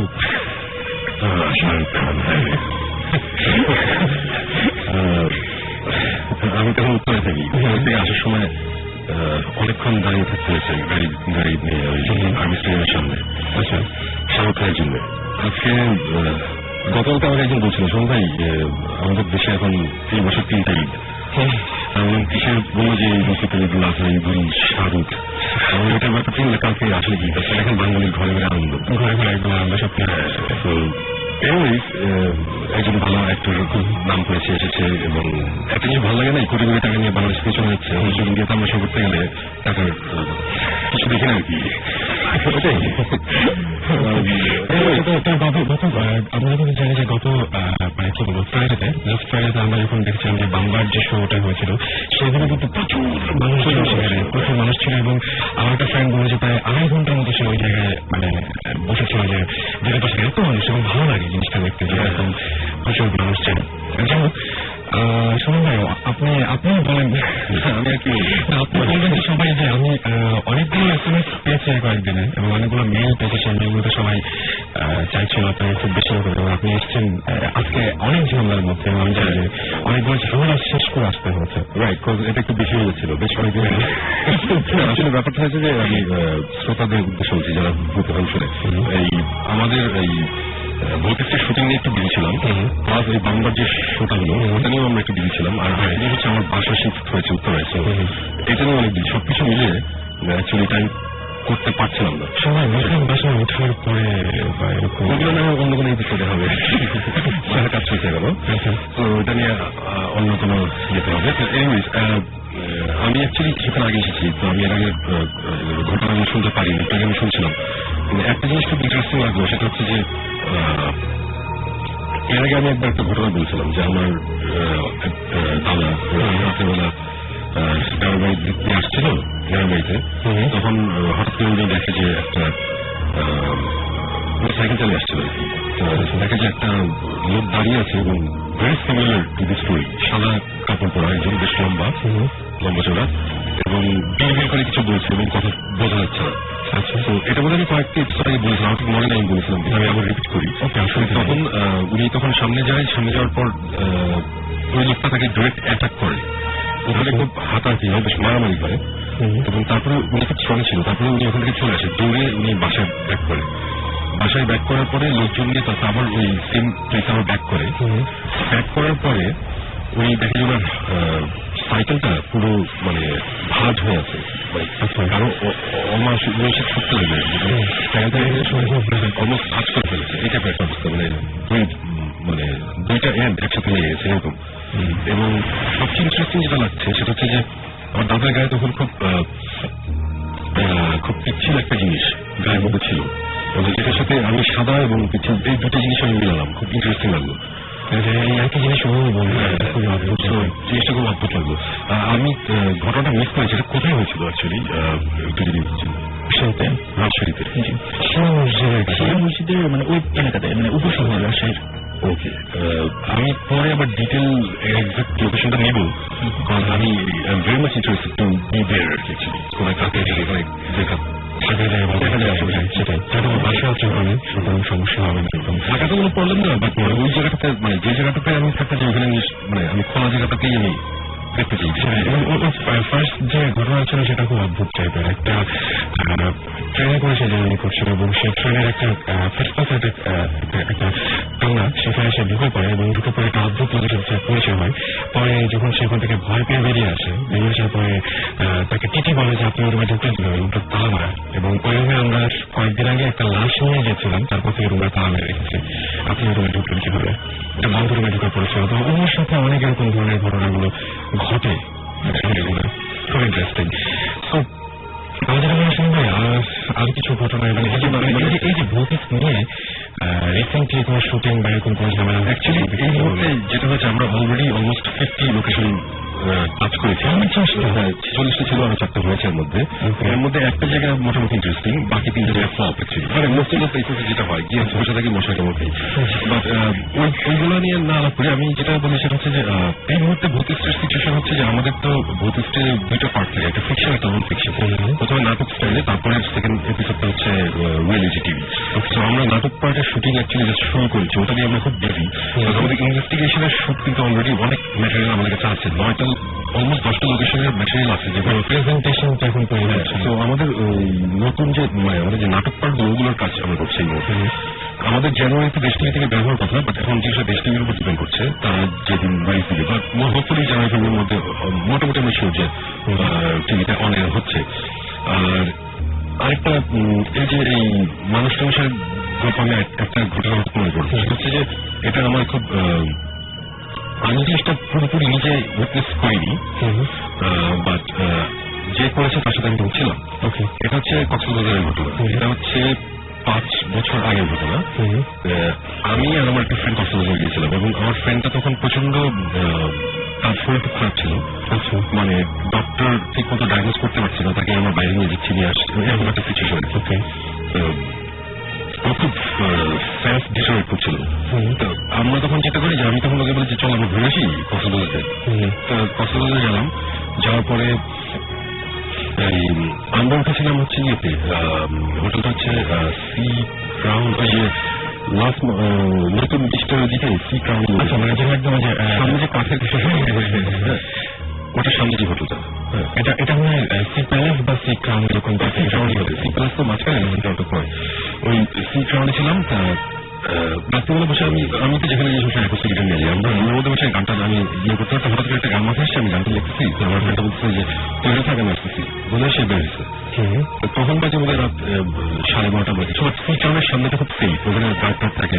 আচ্ছা, রাত 1-2টা পর্যন্ত অনেক সময় ফ্লাড লাইটও জ্বালায়, এরকম একটা সিচুয়েশন। তারপরে সে গেল, আমি বেশ কিছুক্ষণ আমি ইয়েতে করে দেখলাম সে আসতেছে না। তারপরে আমি কতক্ষণ পরে নিচে নামার পরে আলটিমেটলি ওকে খুঁজে পেয়েছি কারণ সামনে ওই যে বিচটা একটা মায়াগড় সমুদ্রের কাছাকাছি, অনেক কাছাকাছি সে চলে গেছে। তখন আমি বললাম যে তুই এখানে কি করতেছিস? বলে যে আমি গল্প করতেছি। আমি যে একটা মানুষকে দেখেছি আর বললো যে এরকম এই কারণে মনে পড়লো ঘটনাটা। তখন যেন এখানে একজন ছিল, সবাই গল্প করতেছি। আমি বলছি কোথায়? বলছে এখানে এবার তো চলে গেছে। আচ্ছা, আমি বললাম ঠিক আছে ফাইন। আমি ওখানে বসে অনেকক্ষণ আড্ডা বিরাম দিলাম। ওখানে ওই যে সি ক্রাউনের সামনে যে বাঁধের মতন যে বড় রাস্তাটা, ওটার উপরে আমি উঠে বসলাম। বসে ওখানে আমরা চা খাচ্ছি, সিগারেট খাচ্ছি, গল্প করতেছি। হঠাৎ করে আমি বললাম যে কার সাথে গল্প করতেছি, কি ব্যাপারটা কি? তখন বললো যে না আমি এখানে হাঁটছিলাম, হঠাৎ করে একটা লোক আসলো, এসে বললো যে আপনি এত রাত এখানে কি করেন? এই জায়গাটা খুব ভালো না, আপনি এই অন্ধকারে চলে আসলাম, বই দিয়ে যান। আমি বলছি না কেন কি হবে? বলে যে অনেকে ঠ্যাক ট্যাক দেয়, চিন্তাই হয়, এসব হয়, এগুলো বলতেছে। তখন ও বলছে যে আসলে আমার কাছে কিছু নাই, আমাকে একদিন কিছু করতে হবে না। তখন বলতেছে যে কিছু যদি না আপনি তখন তখন একটা স্ট্যাপ করে চলে যাবে, আপনি মরে যাবেন।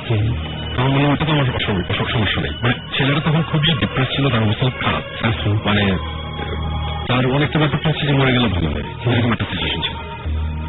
বলছে যে আমার অ্যাকচুয়ালি স্ট্যাপ কোনো তো অসুবিধা নেই, মরে গেলে তো ভালোই। মানে এগুলো যখন বলছে তখন আমার একটু হচকে গেছে। তখন বলে যে তখন সে বলছে যে আপনি এভাবে কথা বলতেছেন, কি হয়েছে? বললো যে না আমার অ্যাকচুয়ালি খুব রেয়ার একটা ডিজিজ হচ্ছে, আমি কদিন বাজে একটু ঠিক নেই, আমার অ্যাকচুয়ালি কিছু যায় আসে না। যাই হোক না, যাই হোক এটা কোনো ব্যাপার না। তখন বলতেছে যে আচ্ছা ঠিক আছে, তার নাম সে পরিচয় যে আমার নাম বালেক, আমি এখানে থাকি, আশেপাশে থাকি, আপনার কখনো কোনো কিছু আপনার আমার খুব ভালো লাগছে, আপনার যদি কখনো কোনো কিছু লাগে আমার আপনি বলেন, আমি ম্যানেজ করি, আপনার চাই লাগে। তখন বলছে যে আমার কিছু লাগবে না। তখন একটা চলে গেল এবং বললো যে লোকটা গেল আর আসলো খুব ফাস্ট, মানে এটা 1 মিনিট বা 2 মিনিট, এখন আমি জানি না আমার কথা কোনো কাছে শোনা। সে চা নিয়ে আসলো ওর জন্য, 2 কাপ চা সেও খেলো, ওরেও দিল, সেও চাটা খেলো। বললো চা করে খেলো, বলে সামনে এই দোকানে। ও বলে আচ্ছা ঠিক আছে। এবং চাটা খেতে খেতে থ্যাংকস করতে বললো যে কোনো অসুবিধা আমার বলে, আর কেউ যদি আপনারা ধরো আপনি আমার নাম বলবেন, বারেক ফ্রেন্ড মানে পরিচিত বিল্ডিং হবে, কোনো সমস্যা নেই। বলে আচ্ছা ঠিক আছে। তারপরে এরপর এই ঘটনা এখানে শেষ। আমি শুনলাম আচ্ছা ঠিক আছে ইন্টারেস্টিং। আমি বললাম যে হয়তো ভালো কোনো মানুষ নেই, তোমার ট্যাক্সি আসছিল, দেখছি যে কোনো ছেড়ে দিচ্ছে, তোমরা আমাকে চা খাওয়া দেখে না। আমি বললাম যে যাই না। আচ্ছা এটা নিয়ে আমরা অনেক কথা বলছি, গল্পটা ইন্টারেস্টিং, রাইট? তো এগুলো বলে আমরা উপরে চলে গেছি। সেকেন্ড রাতের কথা, সেকেন্ড রাতে সে তখন ইন্টেনশন হয়ে গেছে আমার বাড়ির কাছে, ও গেছে। তাই আমি বললাম যে আমি যাবো। তাই বলে আচ্ছা ঠিক আছে। আমরা দুজন আমরা গেলাম, নিচে নামলাম এবং অনেকক্ষণ ছিলাম।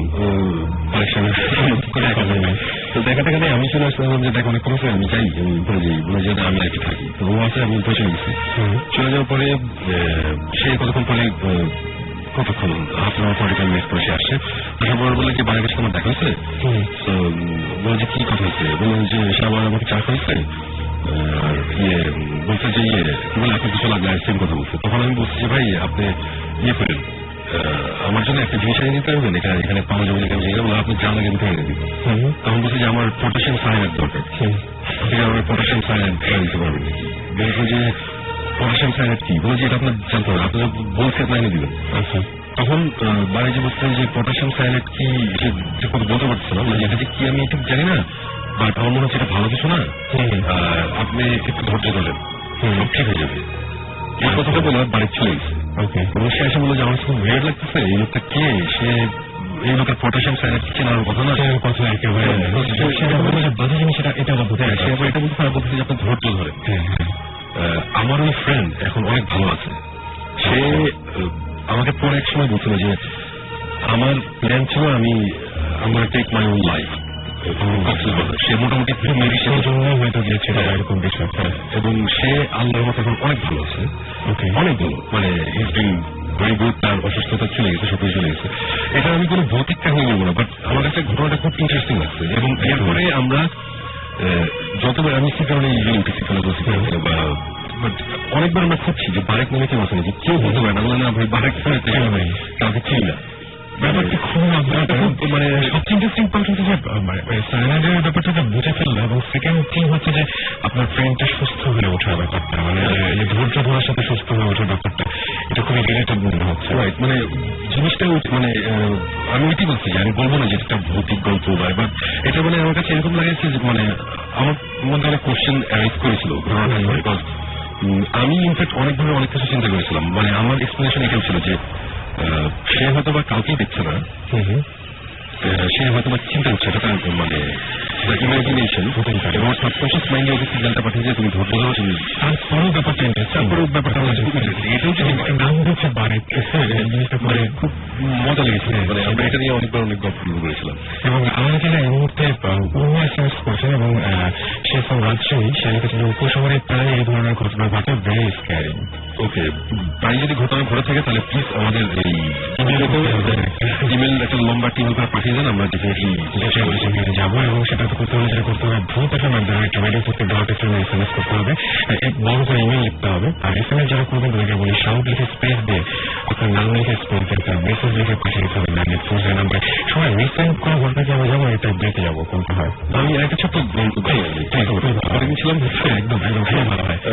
এটা খুবই ছোট মানে এটা অতটা স্ক্যারি ছিল, বাট বলি সেটা হচ্ছে যে এলিফ্যান্ট রোডে একটা বাসা আছে মুসলিম, এখন আমি ঠিক জানি না, অনেকদিন ওইগুলোতে যায়নি। এটা হচ্ছে এখন ওই কফি হাউসের উল্টো দিকে মাল্টিপ্ল্যান সেন্টার, একদম হ্যাঁ, মাল্টিপ্ল্যান সেন্টারের যে গলিটা, ওখানে আমরা ছিলাম আর্লি 80s-এ। তো ওই মাল্টিপ্ল্যান সেন্টারে তখন মাল্টিপ্ল্যান ছিল না, তখন ওখানে দুটো দোকান ছিল, জনতার বনলতা সামথিং লাইক দ্যাট। তারপরে একটা বাসা পাবে, একটা বাসা। তো ওই গলির মধ্যে লেফট সাইডেই গলিতে ঢুকলেই 2-3টা বাসার মধ্যেই একটা বাসা ছিল। ওই বাসাটাতে থাকতো আমার খালাতো বোনরা থাকতো, আমার খালাতো বোনরা থাকতো, আর তার পাশাপাশি থাকতাম আমরা।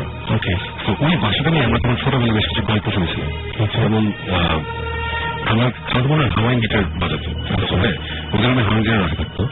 রাতে তারা মাঝে মধ্যেই কমপ্লেন করতো যে আমরা রাতে ঘুমায় থাকলে ঘুমিয়ে গেছি, তো হাওয়াইন গিটারটা রাখলে উপর দিয়ে হালকা করে স্ট্রাম করলে যেরকম স্ট্রাম করেছে এরকম আওয়াজ যদি কোনো সময় ঘুমটুম ভেঙে যেত, এটা নিয়ে অনেকে অনেক কথা বলতো। তারপরে সবচেয়ে মজার ঘটনা যেটা ছিল সেটা হচ্ছে যে একদিন আমার এক কাজিন ওর ঘুম ভেঙে গেছে সকালবেলা, সকালের দিকে সে জানালার দিকে তাকিয়ে দেখেছে কেউ মানে তাদের বাড়িওয়ালা উনি হেঁটে যাচ্ছে, ক্রস করছে আর কি, মানে বাসার বাইরে উঠান বা সামনে লাল ওরকম একটা জায়গাতে হেঁটে বেড়াচ্ছে, বাইরে ক্রস করছে আর কি, মানে ওকে জানালার একসাথে আসলে চলে গেল। এটা দেখে সে প্রচন্ড ভয় পেয়েছিল। ভয় পাওয়ার কারণ হচ্ছে তার দোতলা থেকে। এটা হচ্ছে এটা শুনে খুব মানে মজা পেয়েছিলাম যে একটা লোক হেঁটে গেলে তাকে দোতলা থেকে ওই লেভেলে দেখার কথা। তো এখন আমি অনেকভাবে চিন্তা করছিলাম যে ভেরি রিসেন্টলি যে লাস্ট 1 বছর ধরে যে ওই গলিতে একটু যাবো, একটু দেখবো যে এখনো বাসাটা আছে নাকি, অ্যাপার্টমেন্ট কমপ্লেক্স হয়ে গেছে, কি হচ্ছে অবস্থা। বাট ওই বাসার এই টাইপের ছোটখাটো অনেক ঘটনা ছিল। একবার ইনফ্যাক্ট আমরা ওই এই ঘটনাটাতে পুঁজিয়ে গেলে আমার এক গ্রুপ অফ কাজিনস আরেক গ্রুপ অফ কাজিনসকে আমার ভাইও দেখিয়েছিল যে সবাই জানে যে এই রুমটাতে একটা পড়াশোনা হতো। তো এই টাইপের অবস্থা অনেক কিছু শোনা যেত একটা সময়, আমি জানি না এখন কি অবস্থা। এটাও ভৌতিক এবং ছোট একটা ঘটনা বললাম আর কি। এখন বাজাচ্ছে 1:24, আমার কতক্ষণ কথা বলতে হবে।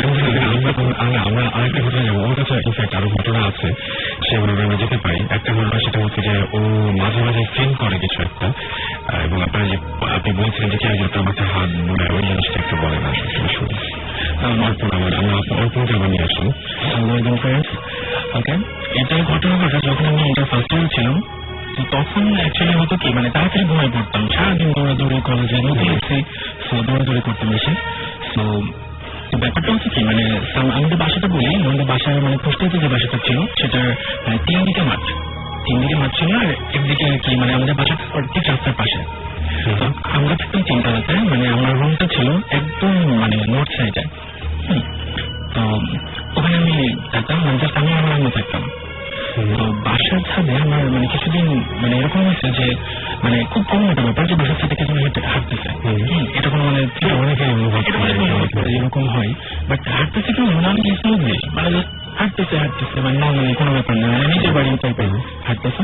তো এরকম আমি প্রায় 7-8 দিন এরকম শুনি যে হাঁটতেছে, মানে শুনি আচ্ছা ঠিক আছে ভালো কথা, আমি কাউকে বলিনি ব্যাপারটা, আমাকে বলিনি। তো কিছুদিন পরে মানে 7-8 দিন পরে দিন দেখি এই সেম টাইপের হাঁটা আমার বারান্দায় করতেছে, মানে ছাদ থেকে বারান্দায় আসতেছে, মানে সে বারান্দায় হাঁটতেছে। ওকে, এরকম প্রায় 10-15 দিন গেছে। আমি বুঝতে পারি যে বারান্দায় হাঁটতেছে, বাট আমার এই সাহসটুকু হয় না যে আমি উঠে যে কিছু বলি কি আপনি এটা বলি শোনো। তো দেন তার প্রায় এই 15 দিন পরে তো দেন ঘুমে আসছি আমি, আমার পশ্চিম সাইডের যে জানালা ছিল ওটা অনেক খোলা থাকতো, আমার ঠিক বিছানা ফ্লোরিং, তার পাশে একটা সাইড ছিল। আমি ঘুমাই আছি, মানে ঘুম থেকে হঠাৎ করে আমার ঘুমটা ভেঙে যায়। ঘুমটা ভাঙার পরে আমি জাস্ট ফিল করি যে একটা মেবি মেয়ে, এটা আমার শিওর, মানে আমি অ্যাকচুয়ালি তার অবয়বটা দেখছি, বাট কি বলবো বাট আমি বুঝতে পারিনি একটু মানে তার চেহারা আমি কখনো বুঝতে পারিনি। তো দেন মানে আমি দেখতেছি সে আমার মাথায় হাত দিলাচ্ছে, আমি ভরভর উঠে পড়তে যাই, বাট মানে কি বললাম আমি বুঝলাম না, বাট আমি আবার শান্ত একটা ছেলের মতো যে শুয়ে পড়লাম, মানে ওখানে এমনি শুয়ে পড়ছি। তো হাত বলাচ্ছে, আমি ফিল করতেছি, আমি বুঝতেছি, দেন ঘুমা করতেছি, সকালে উঠে আর কিছু নয়, সবকিছু হতো। এরকম প্রায় এরকম গেছে প্রায় 7-8 দিন মতো, 7-8 দিন। তো দেন একদিন রাতের বেলা রাত যদি কোনো এক্সাম ছিল কিংবা কোনো কিছু ছিল, আমি রাত যাচ্ছিলাম সেদিকে। তো রাত জাগার পরে তো রাত তখন মানে সে এই টাইমটা একটা মানে হাঁটা প্লাস আমার মাথায় হাত বলো না, এটা একটা টাইমিং ছিল, সেদিকে রাত 2:30-3টা এই ঠিক এর মধ্যে ব্যাপারটা হইতো।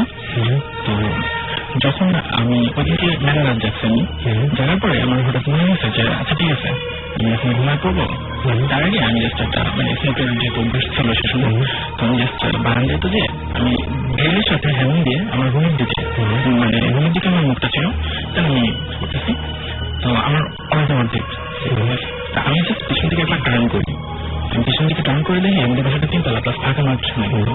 আমি জাস্ট দেখি যে শূন্যের উপরে মানে 3 তলা লেভেলে কেউজন ভেসে আসতেছে, মানে বেশি দূরে না কিন্তু খুব বেশি দূর, মানে আমি দেখতেছি যে তোমার কিছু আসতেছে, মানে আমার মাথায় কিছু কাজ করে নাই, আমি জাস্ট দৌড় টোটালি ওখান থেকে দৌড়ানোর মধ্যে সময় দরজা হয়ে আমি যখন ডাইনিং রুমে চলে গেছি, আমি বলছি আরো ওই পাশা। তো আমি ডাইনিং রুমে চলে গেছি তখন আমার খেয়াল আসছে যে আমার হাতে ফিরে, আমি আবার আমার রুমে ব্যাক করছি, ব্যাক করে আমার জানার মধ্যে জাস্ট ফেলে দিচ্ছি, ফেলে দিয়ে যখন আমি এদিকে টান করি দেখি আমার রুমের ঠিক মাঝখানে সে দাঁড়ায় আছে। মানে রুমটা অন্ধকার ছিল, রুমে লাইট অফ করা ছিল, একটা মানে বাথরুমের লাইটটা জ্বলতেছিল, হালকা আলো আসতেছিল এদিকে। তো আমি দেখতেছি সে আমার রুমের মাঝখানে দাঁড়িয়ে আছে, ঠিক আমি তার সামনে। এরকম আমি টোটালি হিপনোটাইজ ছিলাম যে আমি লড়তে পারতেছি না, কথা বলতে পারতেছি না। দেখার পরে আমি টোটালি মানে এতটা শখ ছিলাম, আমি কিছু বুঝতে পারছি না এখন আমি কি করা উচিত। তো জানি না কিভাবে ওখান থেকে আমি মানে কি করছি, মানে আমার এতটুকু মনে আছে যে আমার পাশে টেবিল ছিল, আমার পড়ার টেবিল, তারপরে একটা ম্যাচ ট্যাচ ছিল আমার। তো আমি জানি না আমি কি করছিলাম বা কিভাবে করছিলাম, আমি জাস্ট ওখান থেকে একটা ম্যাচ কোনো আমি জ্বালাই ওখান থেকে ছুঁড়ে মেরে আমি দৌড় দিচ্ছি আমার রুমে দেখে, চেঁচামেচি করে আমার এই হয়েছে দেখেন কি আসছি। তো আমরা তারপরের দিন আমাদের এলাকার হুজুর ছিল মসজিদের, তো উনি মারা গেছেন আর কি।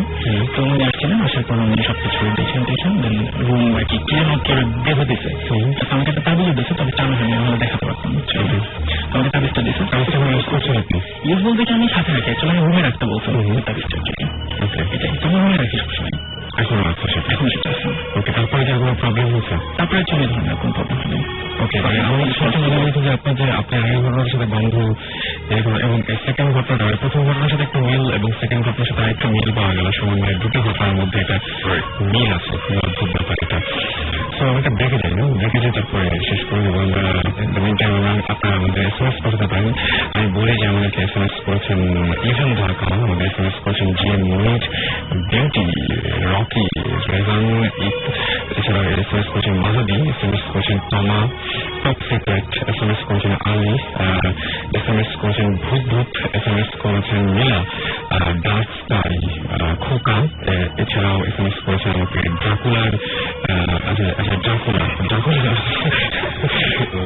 নামটা তো মনে হয় ড্রাকুলা এখন বেশ হিট করেছে। হ্যাঁ, SMS নামগুলো হচ্ছে নামটা পুরোটা পড়লে খুব মজা পাবেন, সেটা হচ্ছে ড্রাকুলার জিগাতলা। জিগাতলা থেকে আর কি ড্রাকুলা করেছেন। এছাড়া SMS করেছেন রাজু, এবং রাজুর সঙ্গে থ্যাঙ্কস জানিয়েছেন, বলেছেন যে আপনার ফিরেস্টকে অনেক ধন্যবাদ জানিয়েছেন এবং তিনি একটা ঘটনা শেয়ার করতে চেয়েছিলেন কিন্তু সেটা সারা পাননি। আমরা যেটা আপনি ইমেল করেন আমাদেরকে ভূত এফএমে এখানে, এবং সুমন ভাইকে জানাচ্ছি সময় আপনাকে থ্যাঙ্কস জানিয়েছেন রাজু। ওকে, তো আমাদের গানে চলে যান। ইন দ্য মিন টাইম আমাদের মেল ইমেল তো করবে, অবশ্যই ইমেলের সঙ্গে একটা জিনিস মনে রাখতে হবে সবসময়, ঠিকানা এবং ফোন নাম্বার দুটো। আর ঢাকার বাইরে যাওয়া যায় তারপরে ইচ্ছা করে সাউন্ড ফাইল আমাদেরকে যেভাবে এখন পাঠাচ্ছেন আপনারা, এখন খুবই মানে কি বলবো সেই যুগ চলে এসছে, আমরা সাউন্ড ফাইল পাঠিয়ে দিতে পারি মেলে। তো সেভাবে আপনারা আমরা বেশি উপকৃত হবো এবং আপনার মানে ঢাকার বাইরে যদি রয়ে যাচ্ছে আমরা কিছু পাবো। তো আমরা একটা গান শুনে আসি।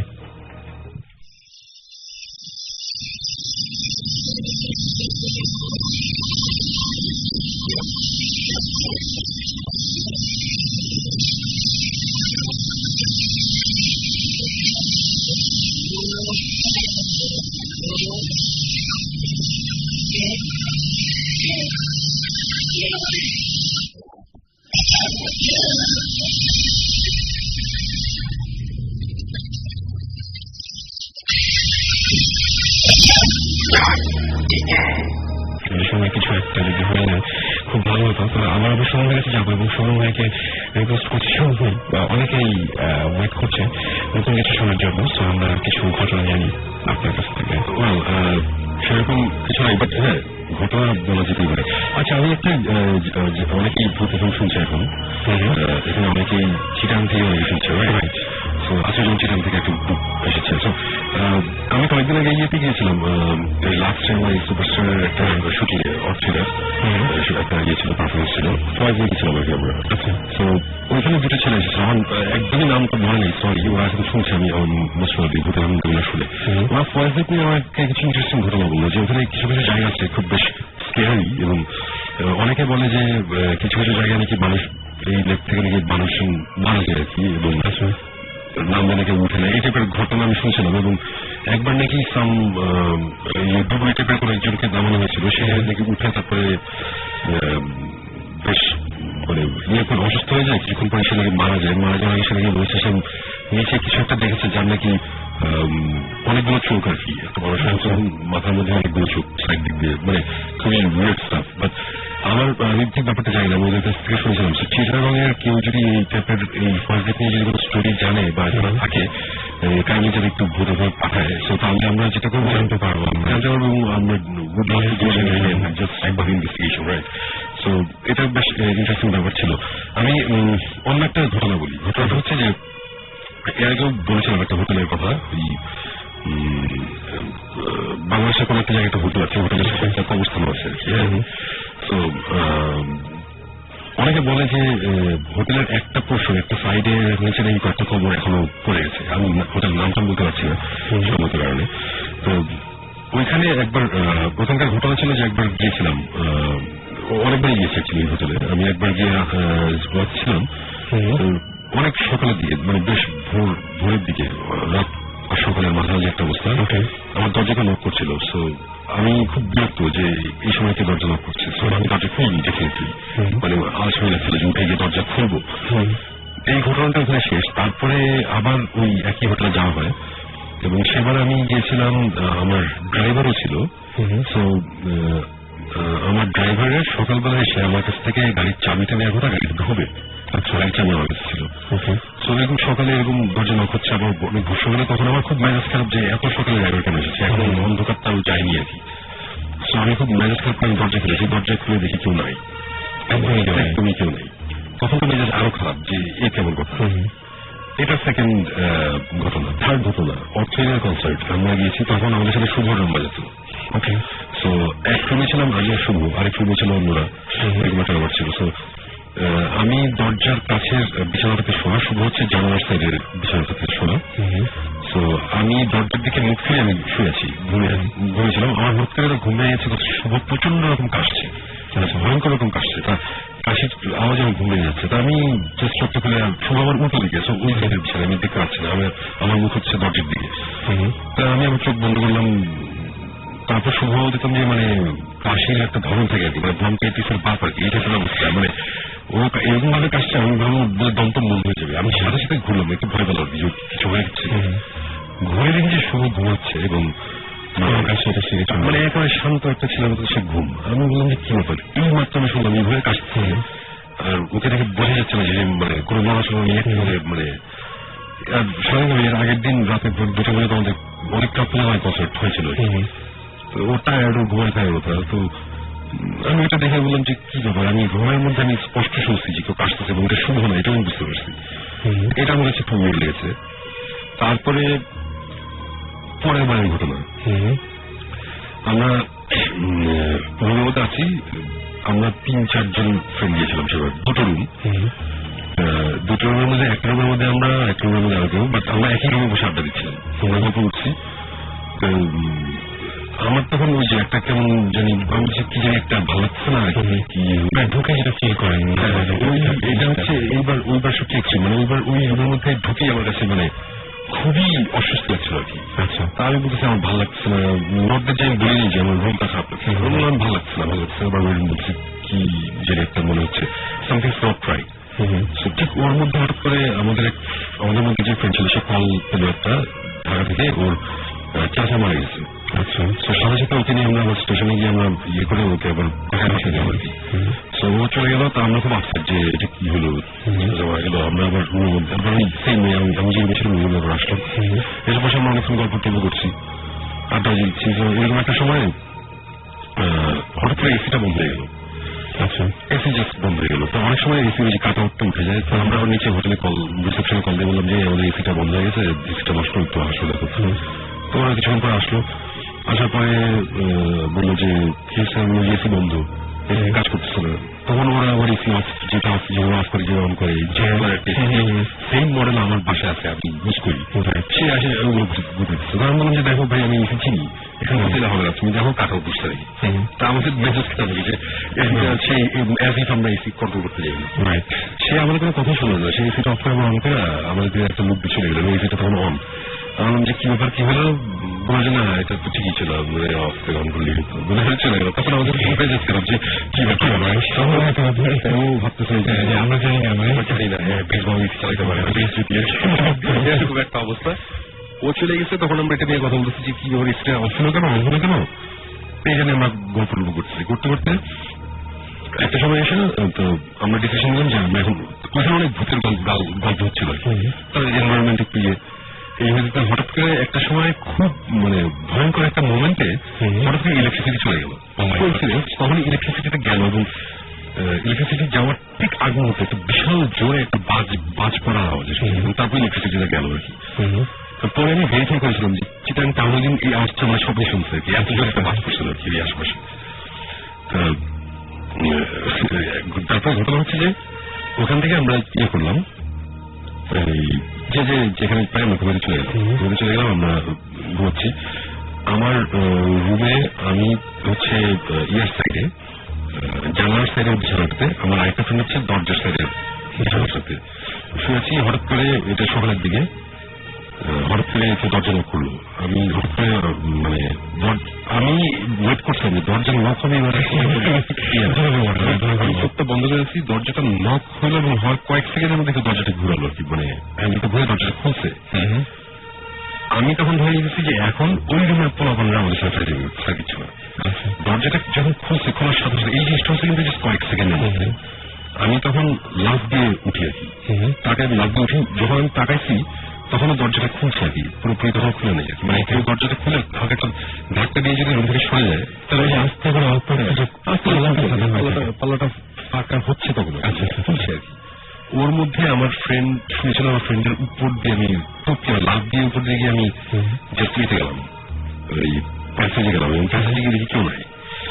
আমি জানি ওদের রুমটা আরো কয়েকটা রুম পরে, তারা এত দূরে মানে ওইখানে যদি আমার রুমে ঢুকতে চায় অ্যাটলিস্ট দৌড়াতে হবে, একটু হলেও দৌড়াতে হবে এবং আমি আওয়াজ পাবোই। আমি খুবই কনসিয়াস ছিলাম আর কি যে আজকে আমি দেখবো দরজাকে ধাক্কায়, মানে এরকম একটা ব্যাপার ছিল। ওইটা দেখে তখন আমার কাছে একটু বিরড লাগলো, দরজা বন্ধ করে চলে আসলাম। আসার পরে এই ঘটনা এখানে শেষ। তারপরে মজার ব্যাপার ছিল যে ঢাকায় একবার এসে এটা আমি বলেছিলাম বোধহয়, আমার বাবার সাথে বসে আমি ইয়ে করছিলাম, লাঞ্চ করছিলাম বাসায়, তখন বললাম চিরাং একটা খুব ইন্টারেস্টিং ঘটনা হয়েছে একটা ব্যাপার।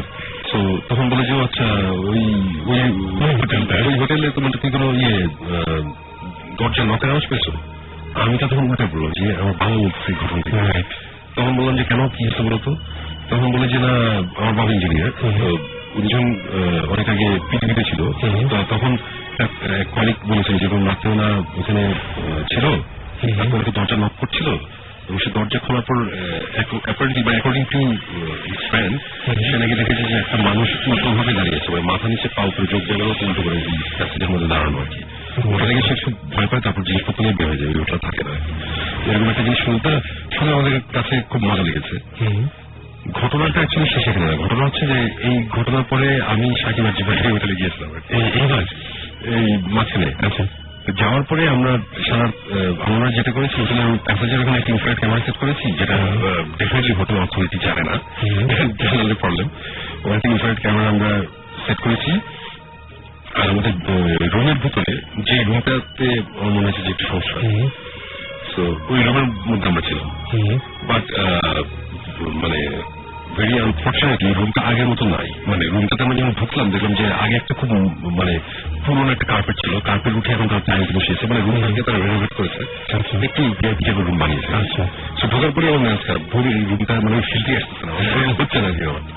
এনিওয়েজ আমরা রুমের মধ্যে আমরা ক্যামেরা বসাতে এই রুম চলতেছে এরকম করতে করতে এইটা সকাল তখন হয়নি, ওরকম একটা সময় আমরা এই দরজার নক টাইপেরই আমরা একটা আওয়াজ পেয়েছি, কিন্তু এটা আমাদের দরজা না।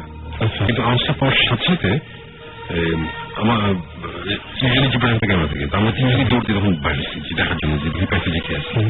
প্যাসেজে গিয়ে দেখি কেউ নাই, না থাকার পরে আমরা ওখানে কিছুক্ষণ থেকে তবে চলে আসলাম যে ঠিক আছে এই দরজা নকের আওয়াজই আমরা কিন্তু পাইছি আগে, বাট ওটা আমাদের রুমে ছিল, আমার রুমে ছিল, বাট এবার আমাদের রুমে হয়নি। আমরা চলে আসছি, আসার পরে আমি সারা কাটাই দিলাম, কিছুই হয়নি। আমরা বেশ ডিসঅ্যাপয়েন্টেড ছিলাম। বাট মজার ঘটনা হচ্ছে যে আমরা ঢাকায় আসার পরে আমাদের ওখানে একটা ইনফ্রারেড ক্যামেরা ছিল, আমি সেটাই বলছিলাম যে ওখানে কি আসলে ওই ক্যামেরাতে কিছুই আসে নাই, আনফর্চুনেটলি কিচ্ছু আসে নাই। এই ক্যামেরা আমাদের মনে আরো খারাপ ছিল। বাট মজার ঘটনা যেটা সেটা হচ্ছে যে আমাদের ঘরে একটা ক্যামেরা ছিল যেটা জিব্রানের হাতে, ওটাতে আমরা ওটা জিব্রান কখনো হাতে রাখি, কখনো টেবিলের মধ্যে রাখি, চলতে থাকে। বাট আমরা ক্যামেরা সবসময় আমরা ট্যাগ করি, কখন যে কোনো আওয়াজ হচ্ছে সব ট্যাগ করে যে আমরা ক্যামেরা অন রাখি, ইভিপি অন রাখি, হচ্ছে ওই যে একটা এক্সট্রা সেন্সিটিভ সাউন্ড রেকর্ডার, তো আমরা দেখায় জিনিসটা। আমাদের ইভিপিটা তো রুমের মধ্যে ছিল। তা আমরা অ্যাকচুয়ালি মজার ঘটনাটা হচ্ছে যে আমরা আসার পরে তো আমরা ভিডিও টিডিও অনেক ঘাটাঘাটি করেছি, আমি কিছু পাইনি। বাট আমরা যখন দৌড়ে পাশের রুমে চলে গেছিলাম তখন ইভিপিতে একটা আওয়াজ আসছে, একটা আওয়াজটা কিছুটা এই টাইপের, কিছু একটা ঘষছে, মানে ঘষলে এরকম একটা শব্দ, যে আমি এই টাইপের একটা আওয়াজ। আওয়াজটা কিসের আমরা খুঁজে পাচ্ছি না। তো ইভিপি তো আমরা যে টাইম ট্যাগ করি, আমরা ওই টাইম অনুযায়ী আমরা মোটামুটি যেটা বুঝলাম যে আমরা যে যখন দরজার নক শুনেছি আওয়াজটা কিন্তু পরে হয়েছে, তো তখন যে সময় আওয়াজটা হয়েছে ওই সময় আমরা রুমে ছিলাম না। আচ্ছা, আমাদের এক্সপ্লেনেশনটা হচ্ছে ইভিপি অনেক কিছু হতে পারে, বাট এই আওয়াজটা পরে আমরা আবার নতুন করে চিন্তা করলাম যে আমাদের বোধহয় আবার একটু ইনভেস্টিগেট করা উচিত। আমরা আমাদের ফুটেজ সঙ্গে বসলাম। আমার কাছে ফুটেজটা এখনো আছে, রাসেল তোমার বাসায় আমি দেখা হচ্ছে ফুটেজটা। মজার ব্যাপার হচ্ছে যে আমরা যখন রুমের মধ্যে ছিলাম, তখন রুম থেকে যখন আমরা বাইর হই, রুমে যখন ঢুকি, এর মধ্যে একটা রুমের মধ্যে ডিফারেন্স আছে। ডিফারেন্সটা হচ্ছে আমাদের জানালার যে সাইডে কনস্ট্যান্ট, মানে ওই জানালার পর্দা পুরোপুরি টানা ছিল। আমরা যখন আবার ব্যাক করেছি পুরো ভিডিওর মধ্যে আছে জানালার পর্দা আছে 1 ফিট সরানো, 1 ফিটের মতন। ওকে, মানে যে মুহূর্তে আমরা প্যাসেজে গিয়েছি, প্যাসেজ থেকে যখন ব্যাক করেছি, এর মধ্যে জানালার পর্দাটা কোনোভাবে 1 ফিটের মতো সরেছে। এবং এই ফুটেজটা পর্দাটা সরাত তো নাই, আমরা তিনজনে একসাথে ছিলাম।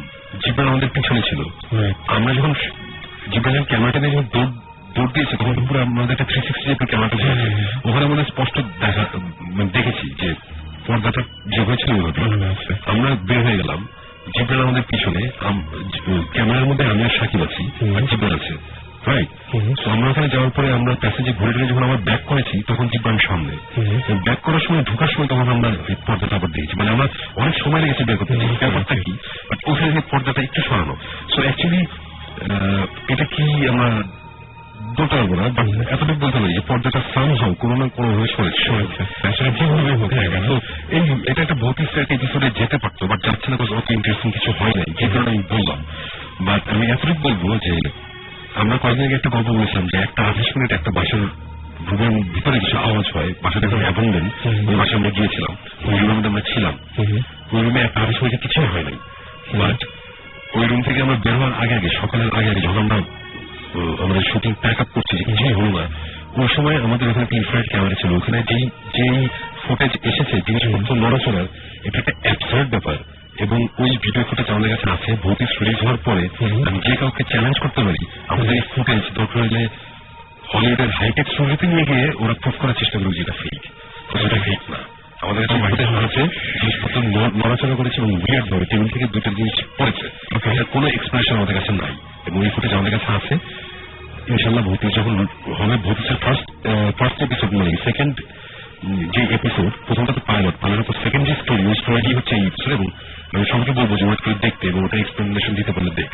আমাদের কাছে এই হচ্ছে ঘটনা মোটামুটি।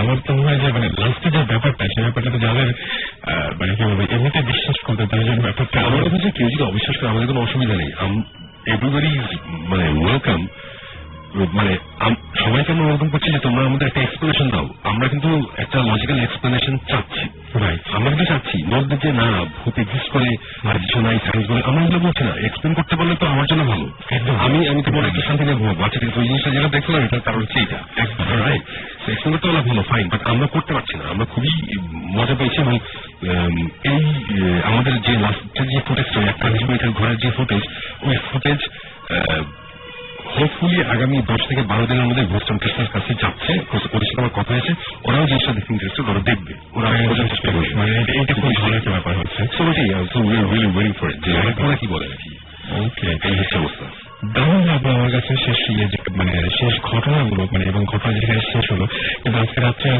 শেষ করবে আজকে আর না যাই সো স্টেজিং টু রেডিও ফুটতে ফিরে আসবো আবার আগামী শুক্রবার ঠিক একইভাবে এবং হোপফুলি যে সেদিনও আমরা এবং ভৌতিস্ট টিম সবাই মিলে একসাথে ভৌতিক সামনে জয়েন করবো এবং একসাথে আপনাদের ঘটনাগুলো শেয়ার করবো সবাই ইনশাল্লাহ ইনশাল্লাহ আর একটা ছোট এটা আমার খুবই পার্সোনাল জিনিস তারপর মোস্ট প্রবলি আছে প্রথমবার মতন আমার ছেলে মেয়ে ভূত এখন শুনছে তাদেরকে হাই মানে আরো একটা মজার ব্যাপার সেটা হচ্ছে এত রাত পর্যন্ত শুনছে এবং নিশ্চয়ই ভয় পাচ্ছে না বলে শুনছে ওকে তো আমার মনে হয় যে এখন থেকে রেগুলার চাই দুজনকেই এনিওয়েজ চলে যাচ্ছি আবারও গানে আর সেই সাথে আপনাদের সমাজ থেকে বিদায় নিচ্ছে ফিরে আসবো আবারও আগামী শুক্রবার এবং ডেফিনেটলি সুমন ভাইকে সাথে নিয়ে সেই বিষয়ে কথা দিচ্ছি আপনাদেরকে আপনারা যারা SMS করতে চান এখনো তারা সাউন্ড স্পেস আপনার নাম লিখে স্পেস আপনার মেসেজ লিখে পাঠিয়ে দিন 9840 নাম্বার এবং যারা আমাদেরকে ইমেল করতে চান তারা vootfm@radiofutti.fm SMS করে ইমেল করে নাম ঠিকানা এবং ফোন নাম্বার সহ ইমেল করে আপনারা আমাদের ঘটনা জানতে পারেন একটা ব্যাপার সেটা যদি আপনাদের এই শোতে আসতে চান তাহলে ইমেল করতে পারেন এবং আপনারা যদি চান যে ভৌতিক টিম আপনাদেরকে ভিজিট করুক আপনাদের সেই জায়গাগুলো তাহলে আসতে পারেন এবং আমি দেখছি যে আজকে SMS এর মধ্যে দেখলাম যে আমি আমার সঙ্গে কথা বলছেন এবং আমি থামিয়ে নেয়নি একদমই কারণ আমি দেখলাম যে আপনারা ফয়েস লেগ নিয়ে অনেকেই SMS করেছেন এবং ফয়েস লেগ নিয়ে সত্যি যদি আপনারা SMS করার চেয়ে আমি বলবো যে আপনারা ইমেল করলে বেশি সুবিধা হয় আপনাদের নেক্সট এপিসোডে আমরা ফয়েস লেগটা টার্গেট করি আমরা ভিজিট করে তারপরে এইগুলো আমরা কথা বলবো একদম তাহলে আমরা নেক্সট উইকে আমরা বেশি চাইবো যে ফয়েস লেগ নিয়ে যদি কোনো ঘটনা থাকে তাহলে কেউ যদি ঢাকা আসতে চান অলওয়েজ ওয়েলকাম যদি আমরা মানে আমরা শুধুমাত্র যে ওয়েলকাম জানতে পারি তো যাই হোক চলে যাবো গানে আজকে রাত্রের মতো এখানে শেষ করছি খোদা হাফেজ